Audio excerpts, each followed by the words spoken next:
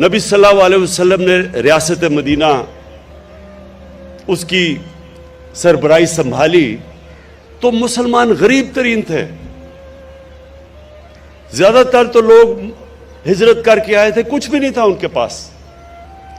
لیکن اس کے باوجود کہ غربت کی انتہا تھی, انہوں نے تب فیصلہ کیا کہ ہم اس کو ایک فلاحی ریاست بنائیں گے. انہوں نے یہ فیصلہ کیا کہ ریاست ذمہ داری لے گی اپنے کمزور لوگوں کی. تو دنیا کی تاریخ کی پہلی فلاحی ریاست بنائی. اب پوائنٹ یہ ہے کہ جو ریشنلٹی ہے یا عقل تو یہ کہتی ہے کہ آپ کو تب فلاحی ریاست بنانی چاہیے جب آپ کے پاس پیسے ہوں. ہاں جی, اسکینڈینیویا میں بڑے پیسے ہیں ان کے پاس تو ان کی بہترین فلاحی ریاست ہے, لیکن مدینہ کی ریاست میں تو پیسے نہیں تھے. تو اللہ ہمیں جب ہم اس کو اسٹڈی کرتے ہیں تو اللہ ہمیں کیا بتا رہا ہے کہ پہلے آپ ایک ریاست میں انسانیت لے کے آتے ہیں, پھر اس ریاست کے پاس پیسہ آتا ہے. بسم اللہ الرحمن الرحیم. ایاک نعبد و ایاک نستعین.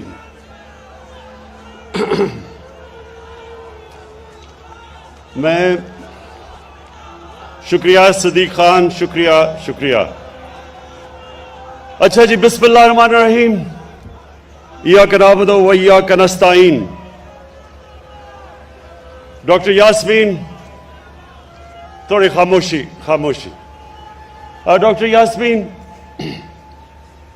آپ تو ڈاکٹر ہیں اور آپ کو پوری طرح علم ہے کہ ایک گھرانے میں, غریب گھرانے میں اگر ایک بیماری ہوتی ہے اور اس گھر کے اوپر کیا گزرتی ہے. مجھے اس چیز کا کبھی علم نہیں تھا جب تک میری والدہ کو کینسر نہیں ہوئی.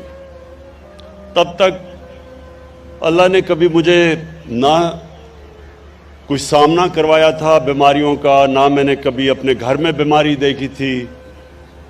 تو مجھے کبھی اندازہ نہیں تھا کہ ایک گھر کے اوپر کس طرح کی بے بسی آتی ہے جب آپ کے گھر میں کوئی بیمار ہو, آپ کی بہن, بچے, ماں باپ, اور آپ ان کا علاج نہ کروا سکیں. کیونکہ اس وقت پاکستان میں کوئی کینسر ہاسپٹل نہیں تھا اور مجھے پہلے تو اپنی والدہ کو ملک سے باہر لے جانا پڑا. پھر جب ان کی چوتھی سٹیج پہ کینسر چلی گئی تو مجھے پاکستان میں ان کو لے کے آیا. اور وہ جو دن تھے کہ جب ان کی وفات ہوئی اور اس سے پہلے جب وہ یہاں آئی, وہ جو 3 مہینے تھے اس میں جو ہمارے گھر کے اوپر بے بسی آئی اور جس طرح کا میرے گھر کے اوپر اللہ کا یہ عذاب تھا ایک قسم کا کہ ہم کچھ کر بھی نہیں سکتے تھے, کوئی ہسپتال بھی نہیں تھا, اور پھر اپنی والدہ کو تکلیف میں دیکھا. تو تب میں نے یہ سوچا کہ ہمارے پاس تو وسائل بھی تھے, پھر بھی اتنی مشکلوں سے ہمیں گزرنا پڑا, تو ایک غریب گھرانے کے اوپر کیا گزرتی ہے. اور پھر مجھے پتا چلا کہ غریب گھرانوں پہ کیا گزرتی تھی. لوگ اپنا سب کچھ بیچ دیتے تھے. میں کینسر کی بات کر رہا ہوں, بہت مہنگا علاج ہے کینسر کا. گھر میں سب کچھ بیچ دیتے تھے, مقروض ہو جاتے تھے. مریض تو جاتا تھا, ساتھ گھر والے بھی تباہ ہو جاتے تھے. تو اس لیے شوکت خانم کینسر کا میں ہاسپٹل بنانے کا سوچا. اور پھر جب شوکت خانم کینسر ہاسپٹل بنا تو میں نے غریب لوگوں کو اپنا علاج کرواتے دیکھا. اور پھر میں نے دیکھا کہ جب وہ وہاں سے جب وہ ٹھیک ہوتے تھے تو وہ کتنی اللہ سے دعائیں دیتے تھے اللہ کو. تو تب میں نے یہ میں بات کر رہا ہوں آج سے 25 سال پہلے کی.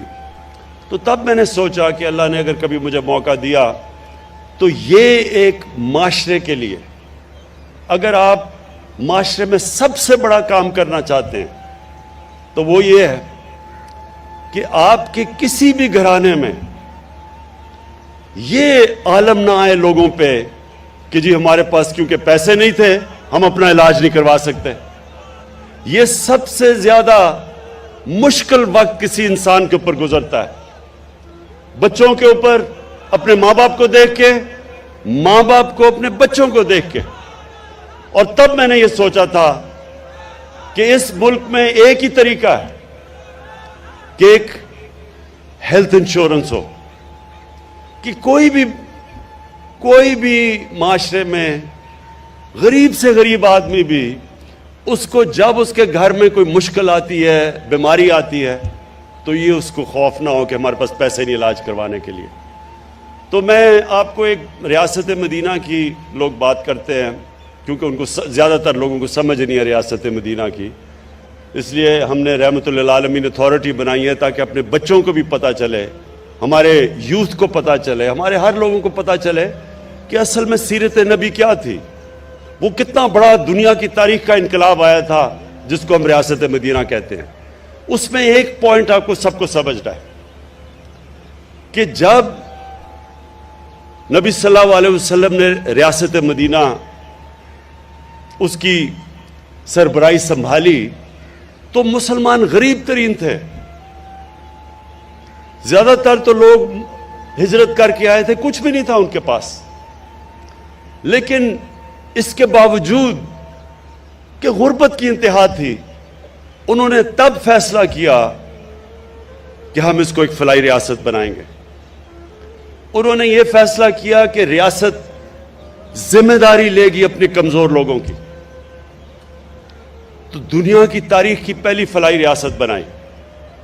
اب پوائنٹ یہ ہے کہ جو ریشنلٹی ہے یا عقل تو یہ کہتی ہے کہ آپ کو تب فلاحی ریاست بنانی چاہیے جب آپ کے پاس پیسے ہوں. ہاں جی، اسکینڈینیویا میں بڑے پیسے ہیں ان کے پاس تو ان کی بہترین فلاحی ریاست ہے، لیکن مدینہ کی ریاست میں تو پیسے نہیں تھے. تو اللہ ہمیں جب ہم اس کو سٹڈی کرتے ہیں تو اللہ ہمیں کیا بتا رہا ہے کہ پہلے آپ ایک ریاست میں انسانیت لے کے آتے ہیں، پھر اس ریاست کے پاس پیسہ آتا ہے. جو ریاستیں انتظار کرتی ہیں، ہم تو کب سے انتظار کر رہے ہیں، 74 سال سے انتظار کر رہے تھے کہ پاکستان میں جب پیسہ آئے گا تو ہم اس کو فلاحی ریاست بنائیں گے. ہماری آبجیکٹو ریزولوشن وہ واضح کہتی ہے کہ پاکستان نے ایک اسلامی فلاحی ریاست بننا تھا، نہیں بنی، کیونکہ جو حکمران تھے وہ انتظار کر رہے تھے کہ جی پہلے پیسہ آئے گا، ہم امیر ہوں گے، پھر ریاست بنے گی، فلاحی ریاست بنے گی. لیکن مدینہ میں نبی صلی اللہ علیہ وسلم نے ثابت کیا کہ پہلے ایک انسانیت کا نظام آتا ہے، پھر اللہ خوشحالی لے کے آتا ہے. پہلے خوشحالی نہیں آتی اور پھر آپ اس کو فلاحی ریاست بنائیں. کیونکہ یہ میرا ایمان ہے کہ جب آپ اللہ کو خوش کرتے ہیں، اور اللہ خوش تب ہوتا ہے جب آپ اس کی مخلوق کی خدمت کرتے ہیں. اور سب سے زیادہ دعائیں لگتی ہیں آپ کو دکھی انسانیت کی. جب ایک انسان تکلیف میں ہوتا ہے، کیونکہ اللہ تو سب سے زیادہ پیار کرتا ہے اپنے انسانوں سے، تو اس کی دعائیں لگتی ہیں.